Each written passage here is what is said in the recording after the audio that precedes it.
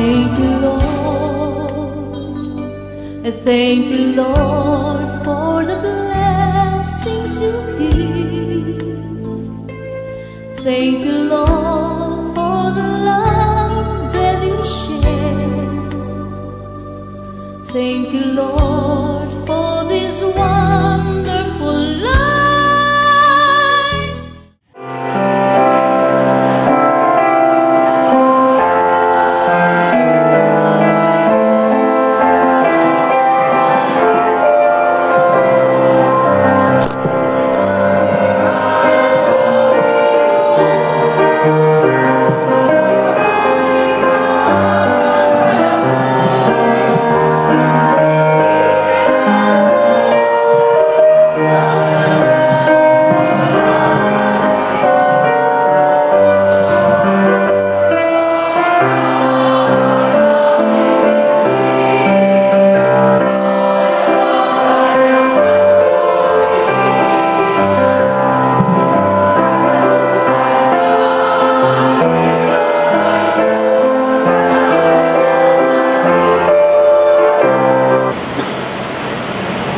In the name of the Father, and of the Son, and of the Holy Spirit. The grace of our Lord Jesus Christ, and the love of God, and the communion of the Holy Spirit be with you all. Brothers and sisters, let us acknowledge our sins, and so prepare ourselves to celebrate the sacred mysteries. I confess, Almighty God, and to you, my brothers and sisters, that I have greatly sinned in my thoughts and my words, in what I have done, in what I have failed to do, through my fault, to my most grievous fault. Therefore I ask Blessed Mary, the ever Virgin, all angels and saints, and you, my brothers and sisters, to pray for me to the Lord our God. May Almighty God have mercy on us, forgive us our sins, and bring us to everlasting life.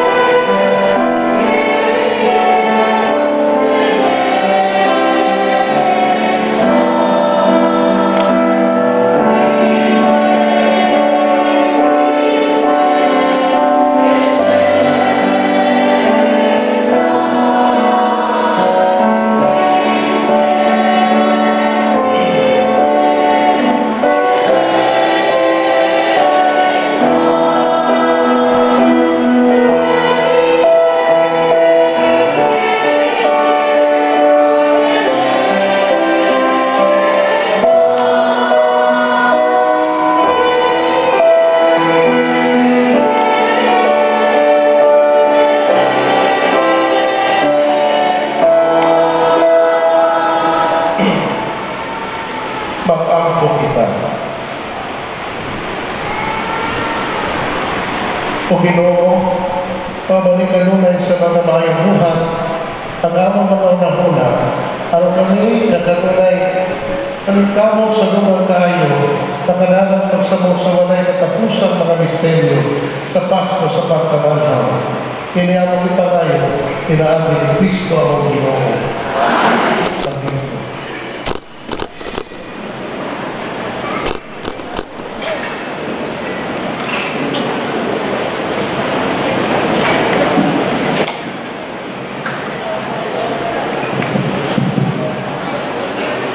Pagbasa, gikan sa mga buhat sa mga apostoles. Wala ang madugay, migikan si Pablo o miagi sa kayutaan sa Galacia o Phrygia o gilasig niya ang tanang mga magtutuo. May usa ka Hudeo nga ginganlag Apolos, taga Alejandria, nga miadto sa Efeso. Maayo siyang musulti o batig sa kasulatan. Na matutulog siya sa pagtulunan sa Ginoo ug sa dakong kadasig Nagsulti siya o nagtudlo sa husto mahitungod kang Jesus. Hinoon, ang bunyang lamang ni Juan ang iyang nahibawan. Misulti siya maisugon dito sa sinaguba. Sa pagkadungog ni Priscilla o ni Aquila, gidala nila si Apolos sa ilang balay o gisaysayan sa hustong kahulugan sa pagtulunaan sa Diyos. Sa dihang ihukom si Apolos pag-ato sa Grisya o ang mga magtutuo sa Efeso, gibulig kaniya pinaagi sa pagsulat ngadto sa mga kaigsuonan sa Grisya aron siya dawaton nila. Pag-abot niya, nakatabang siya dako sa mga tao nga tungod sa grasya sa Diyos na hinong mga magtutuo. Gilupig niya sa nantugi ang mga Hudeo, pinaagi sa maligod niyang mga katanungan nga nagmatuod gikan sa kasulatan nga si Jesus mao ang Mesiyas. Ang pulong sa Ginoo.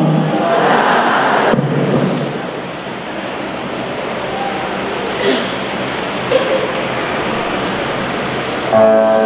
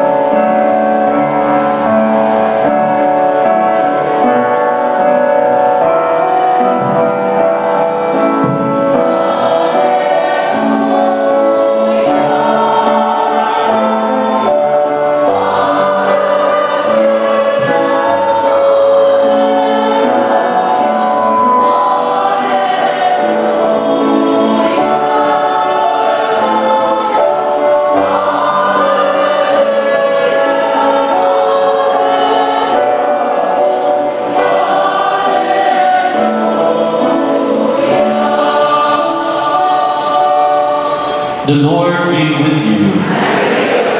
The Holy Gospel according to Saint John.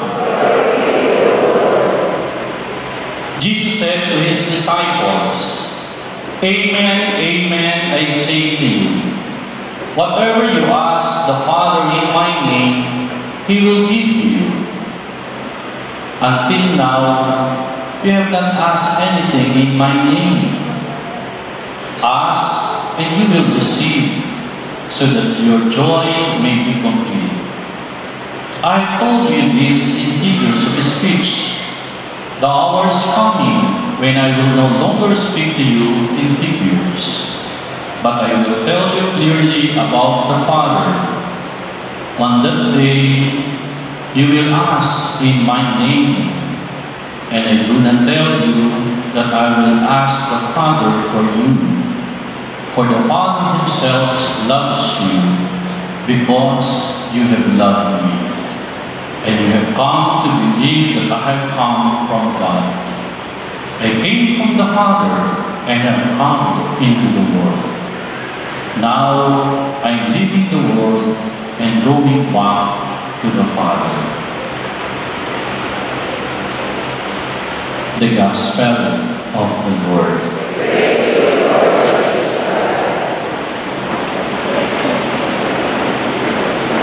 Father Lucas, while we are there at the back, asked us who can share in the homily. With my brother Chris here, I am the youngest.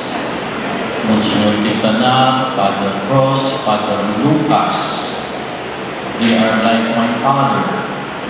Father Cross was my teacher in the seminary. And I cannot say no to Father Lucas because I am here in Cebu. But when Father Lucas goes to Bulacan, I will ask him to give the homily.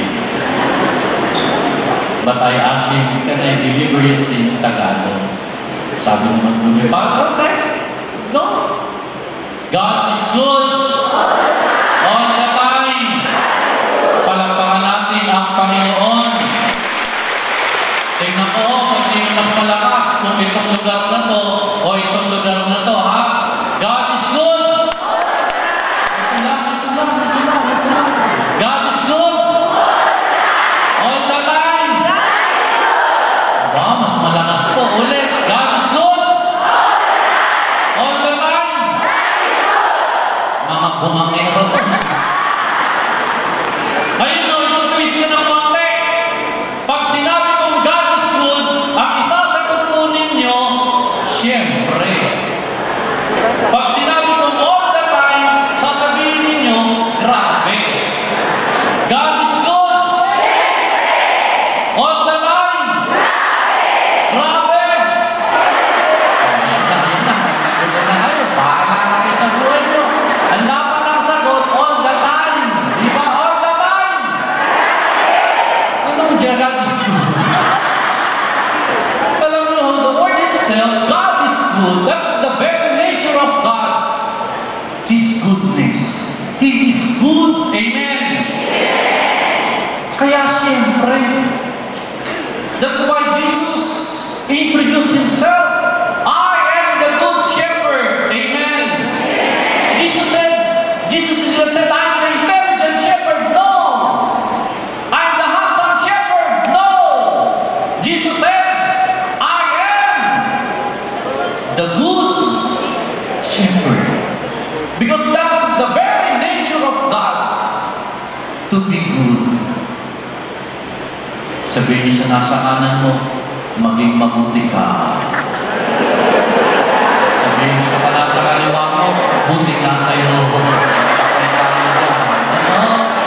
Sana o lahat tayo maging mabuti. Because we are created in the image and likeness of God. Amen. Kaya kung ang Diyos ay mabuti, dapat tayo din pong lahat maging mabuti. Amen. All the time. Ay nako, siyempre. Kasi simula lang yan ako. But going back to reflect on the words all the time, from the beginning to end, Alpha and Omega, very nature of God. Wala kang pagitan ng kabutihan ng Diyos. Wala kang paklang. Walang lagtang. Lahat ng panahon, ang Diyos ay mabuti. Amen. I remember when Father Cross and I attended the Third World Apostolic Congress on Mercy in Bogota, Colombia. Our president in the program will say, Hallelujah. Then all of us will say, Yeah. Sample. Hallelujah. Hallelujah. Bawi kayo ha. Kanina ito malakas. Ngayon tuturo ko lang ha. Hallelujah. Diba? So yung isa dito sumasabi pa. Ito lang. Hallelujah. Aba, pumapantay. Hallelujah. Hallelujah. Hallelujah. Hallelujah. Hallelujah. Hallelujah. Sabi niya, when we say hallelujah, we say praise the Lord. When we say hallelujah, it means in Tagalog, purihin ang Diyos. I mean, si what? Hallelujah means what?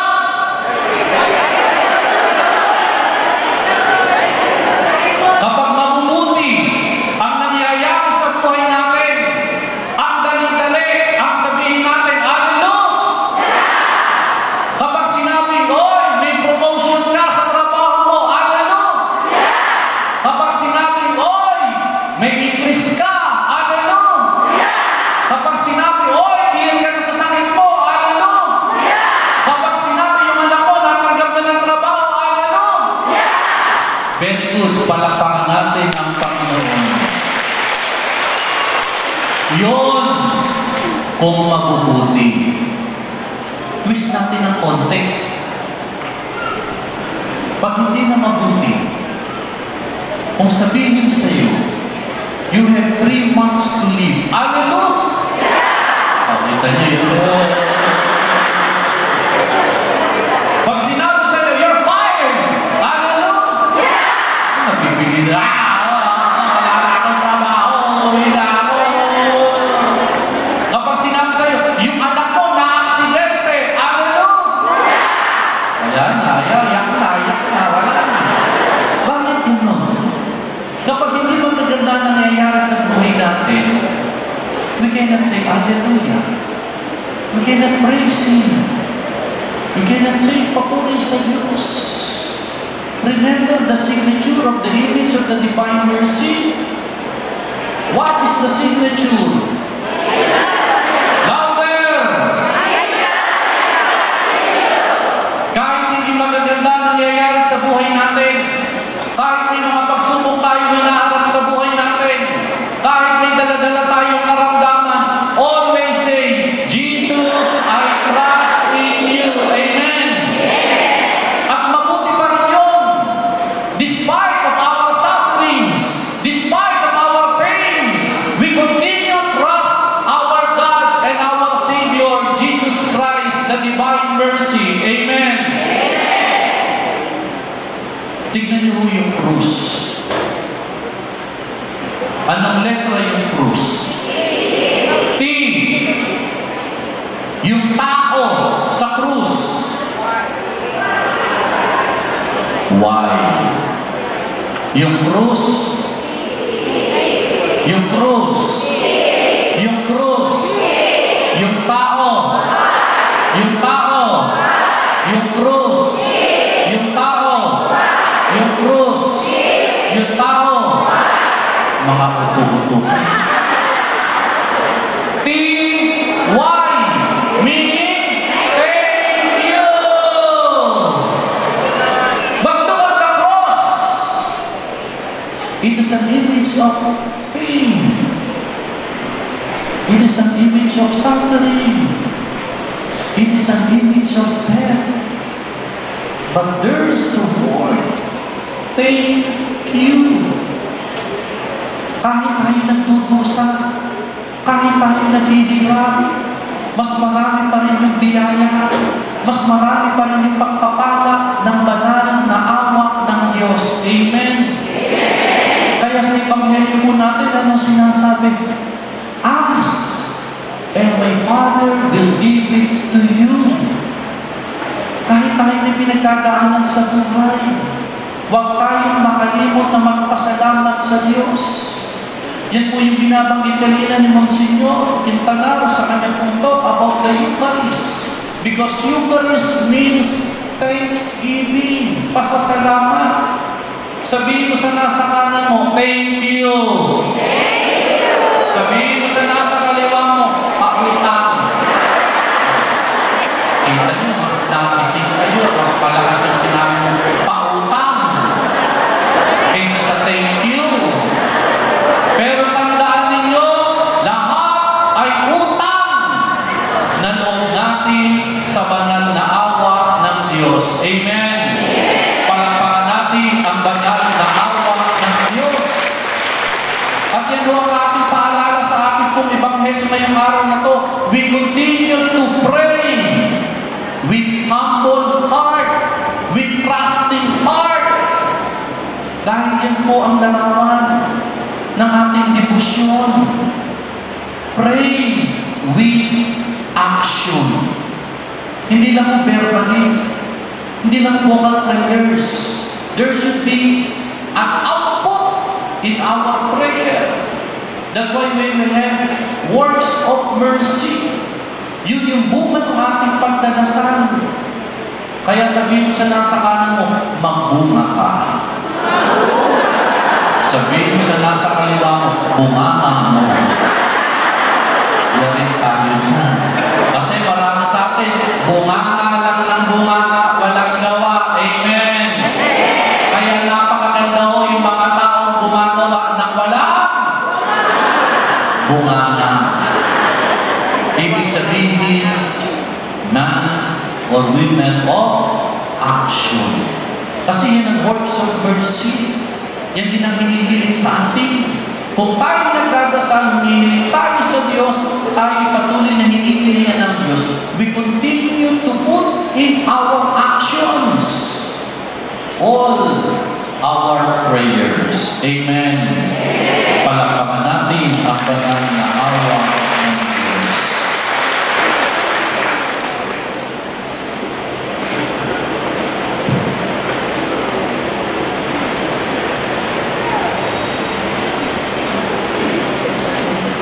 Please stand.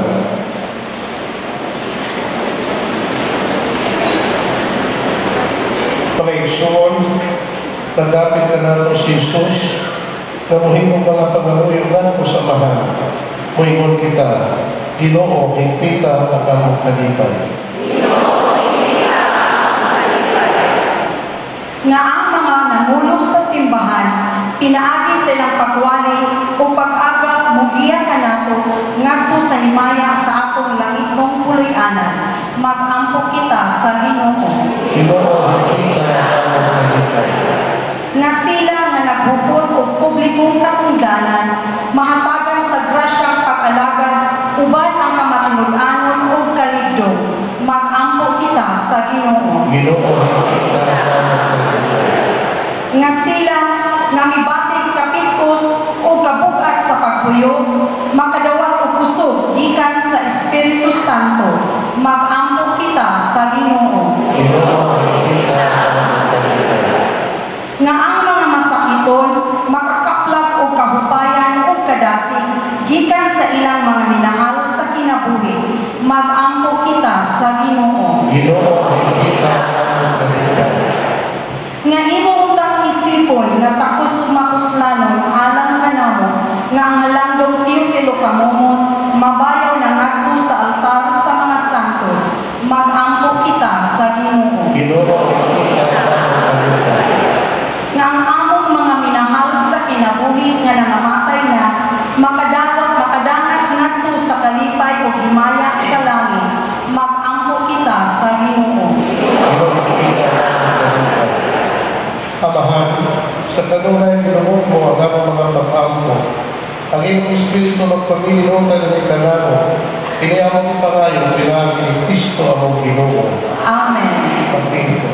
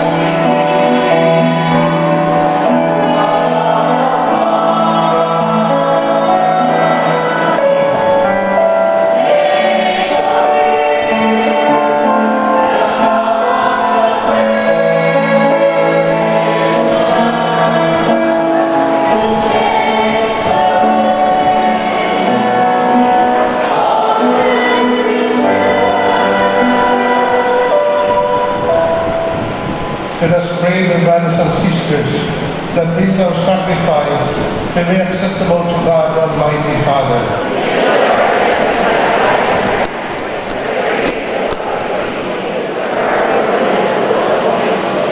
O Ginoo, santo sa kini mga hanap, kung sa imong pagdawat sa gasa na espirituhanon, imuat kami alam kanimo para gasa na walay katapusan. Kailangan ni Kristo ang Ginoo. The Lord be with you. Lift up your hearts. Let us give thanks to the Lord our God.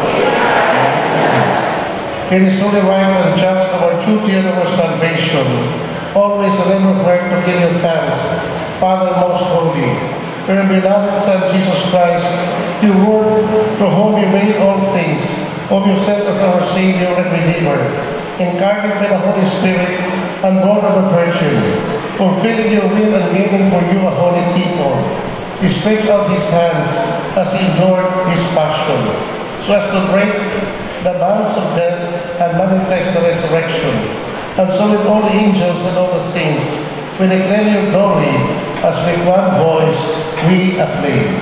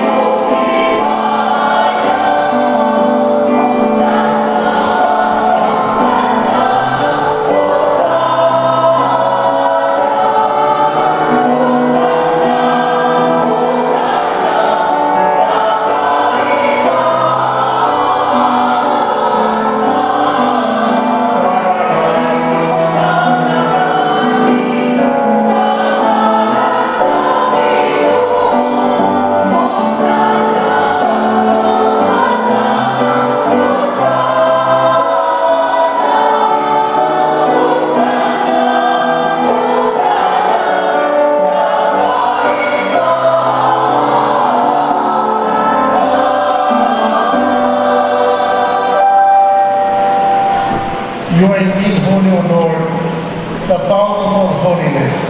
Make holy them for these gifts, we pray, by sending down your Spirit upon them like the dewfall, so that they may become for us the body and blood of our Lord Jesus Christ.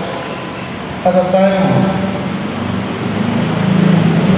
he was betrayed and entered willingly into his passion, he took bread and giving thanks, broke it and gave it to his disciples, saying, "Take this, all of you, and eat of it, for this is my body, which will be given up for you."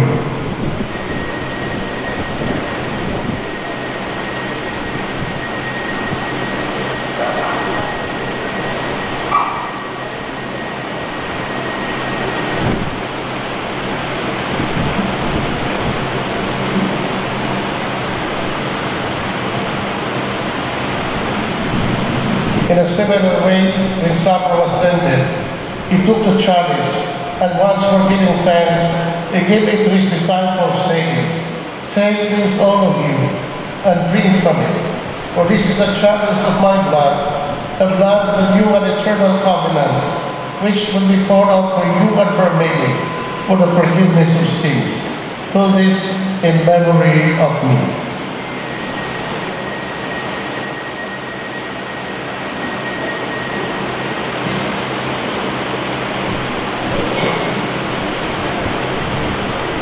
Let us proclaim the mystery of faith.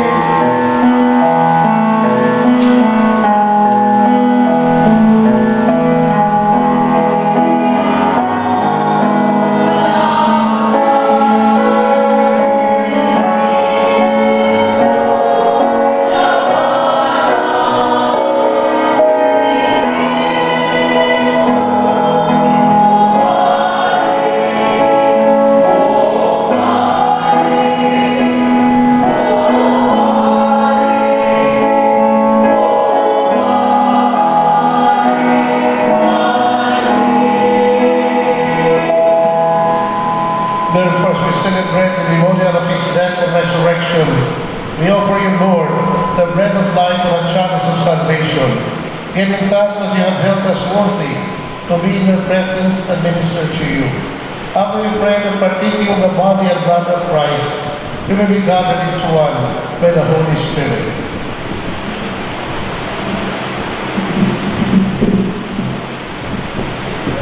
Remember, Lord, your church spread throughout the world, and bring her to the fullness of charity together with Francis, our Pope, who is our Bishop, and all the clergy.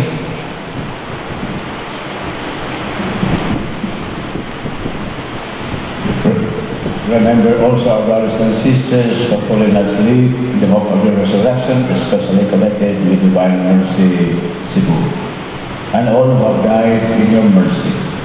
Welcome them into the light of your face. Have mercy on us all, we pray, and to the Blessed Virgin Mary, Mother of God, with Joseph, her spouse, the Blessed Apostles, Faustina, John Paul, Roque, and all the saints of Christ throughout the ages, we may merit to be co-heirs to eternal life, and we praise and glorify you through your Son, Jesus Christ.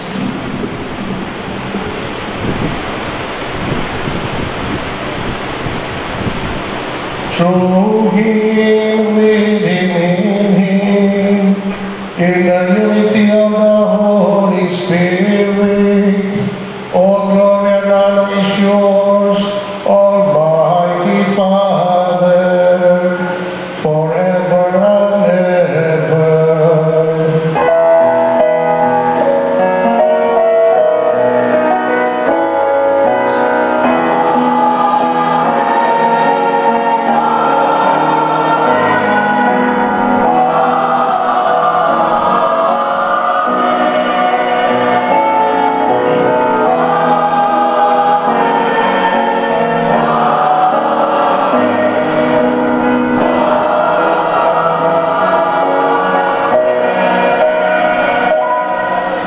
My dear brothers and sisters, at the Savior's command and formed by divine teaching, we dare to say,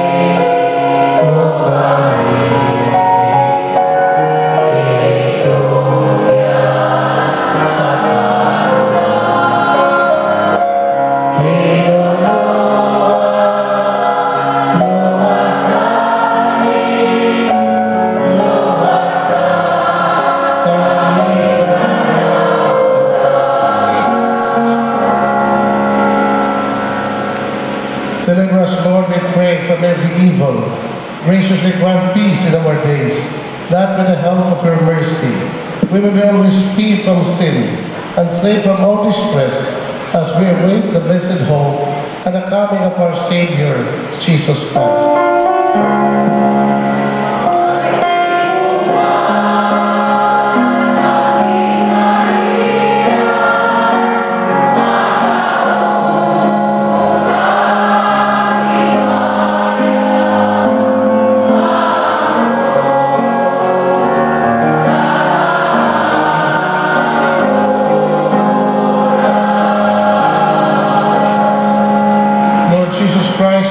Apostles, peace I leave you, my peace I give you.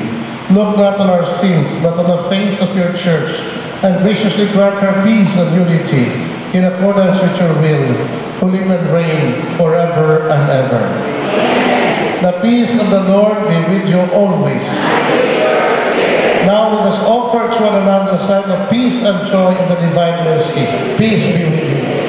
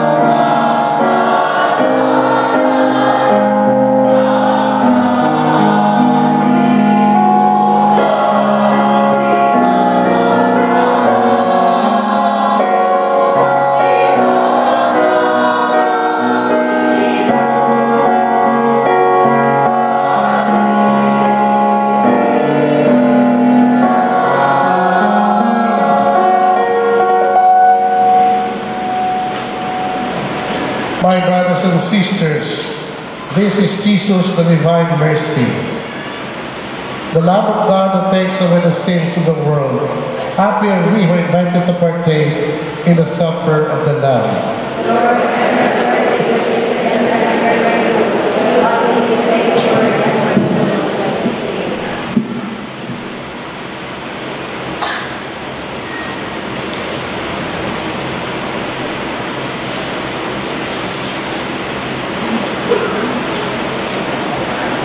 Announcement.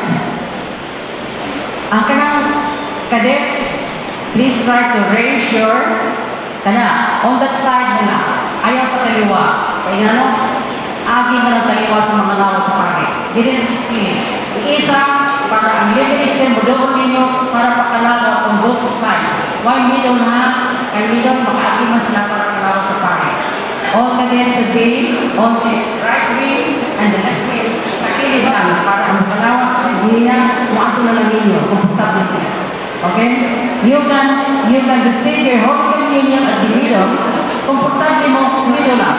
Pero komportable mo sa kilid, kaya namin mapakalawat ng mga limitation, kilid lang. Pero hindi usap, balik may ginaulang na kita magkaka. Okay, I know, it's really very good. The Lord God, the divine mercy is happy. Happy to see. So just be on the right side, with all our cadets holding up sa poster sa Divine Mercy, kalawatan ng lugar. Okay. Sa right side o sa left side, mga lay ministers na awan ng cadets na nagkisa sa poster at to moment state ay kalawatan ng lugar. Okay, sa lahat. Kung natin mo sa atubangan o komportable, kalawat lang. Kalawat lang. Kaya doon na tayo bindina sa masakanita, may minutos, Father, may isa na ninyo din na, sila na rin ito yung binditaan ng inyong mga sakanita. Order ito, dito. Okay, sige. Nasa cadets,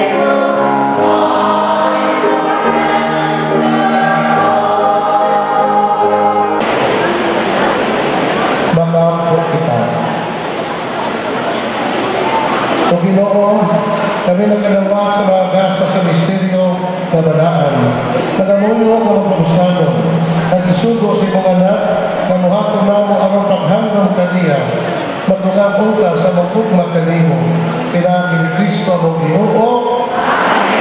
Be seated for a moment. Before the final blessing, I would like to thank all of you for coming over to this Eucharistic celebration and for your gifts, especially that second collection that is intended for the project of the Divine Mercy. All tayo itong ginako-dako. Aron na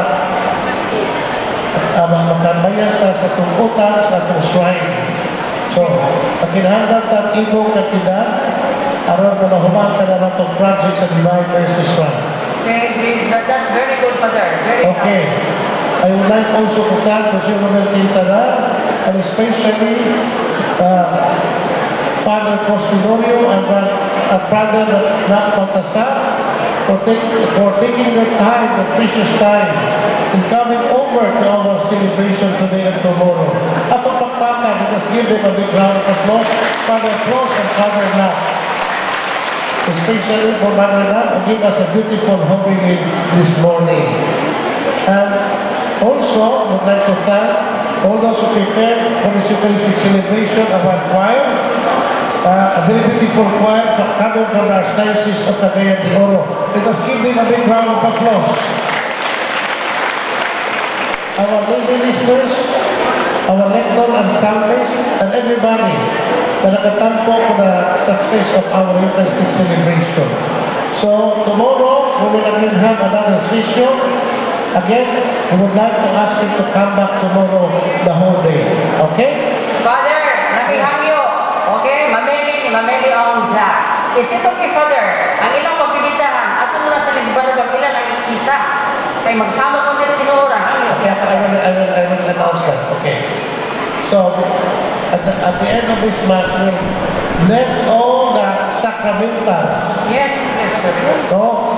The images of the Divine Mercy, the images of the Blessed Virgin Mary and the Saints, the Rosary, the Scapulars, the medals, whatever you have. No? You have to raise them up so that Monsignor Romel Quintana will give you the blessing because he is one of the priests in Cebu who is appointed by Archbishop Palma as exorcists and priest deliverers. No? So, Monsignor Romel will be the one to bless all your sacramentals. Okay? Pero ayaw mo come over there ano ka masamok so that you will not have a heavy traffic in front. Just stay where you are and then raise all your sacramentals. Okay? Please stand. The Lord be with you. And may Almighty God bless you all. The Father, the Son, and the Holy Spirit. Our Mass is ended. Let us go in peace to love and serve the Lord.